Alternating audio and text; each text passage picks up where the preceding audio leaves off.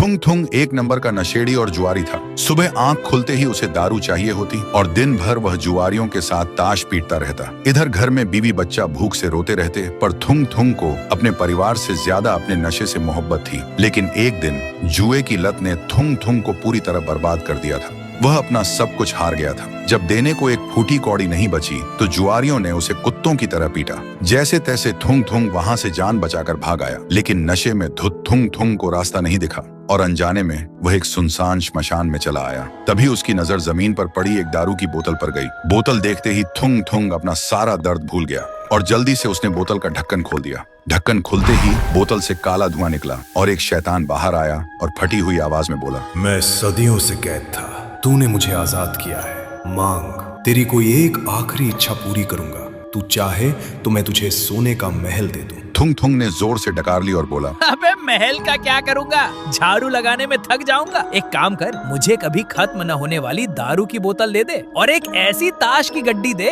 जिसमें मैं हमेशा जीतूं। सुनते ही शैतान एक सेकंड के लिए शांत हो गया, फिर बोला, कैसा बेवकूफ इंसान है तू। खैर तथास्तु, पर याद रखना, जिस चीज पर से तेरा ध्यान हटेगा वो हमेशा के लिए सूख कर मिट्टी बन जाएगी।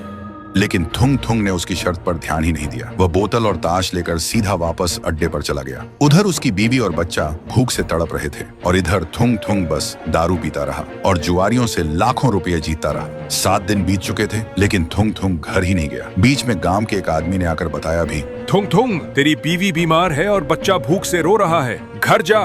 पर नशे में चूर थुंग थुंग हंसकर बोला, अबे रोने दे, एक बाजी और जीत लूं, फिर उनकी जिंदगी बदल दूंगा। फिर 7 दिन बाद थुंग थुंग नोटों से भरा बोरा लेकर नशे में झूमता हुआ घर पहुंचा। घर पहुंचते ही वह चिल्लाया, अरे कहाँ छुपी हो चिंटू की माँ, बाहर आओ, देख तेरा पति आज राजा बन गया है, आज तो दावत होगी। लेकिन कोई आवाज नहीं आई। फिर वह दूसरे कमरे में गया। उसने देखा उसकी बीवी और बच्चा आमने सामने बैठे हैं। थुंग थुंग हंसते हुए उनके पास गया और बोला, अरे नखरे क्यों कर रही है, देख कितना पैसा लाया हूँ।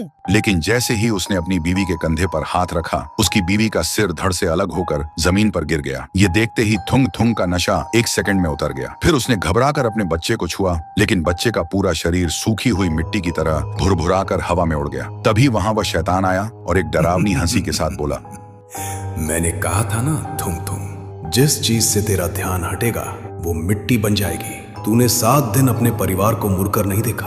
भूख और प्यास से वो कब के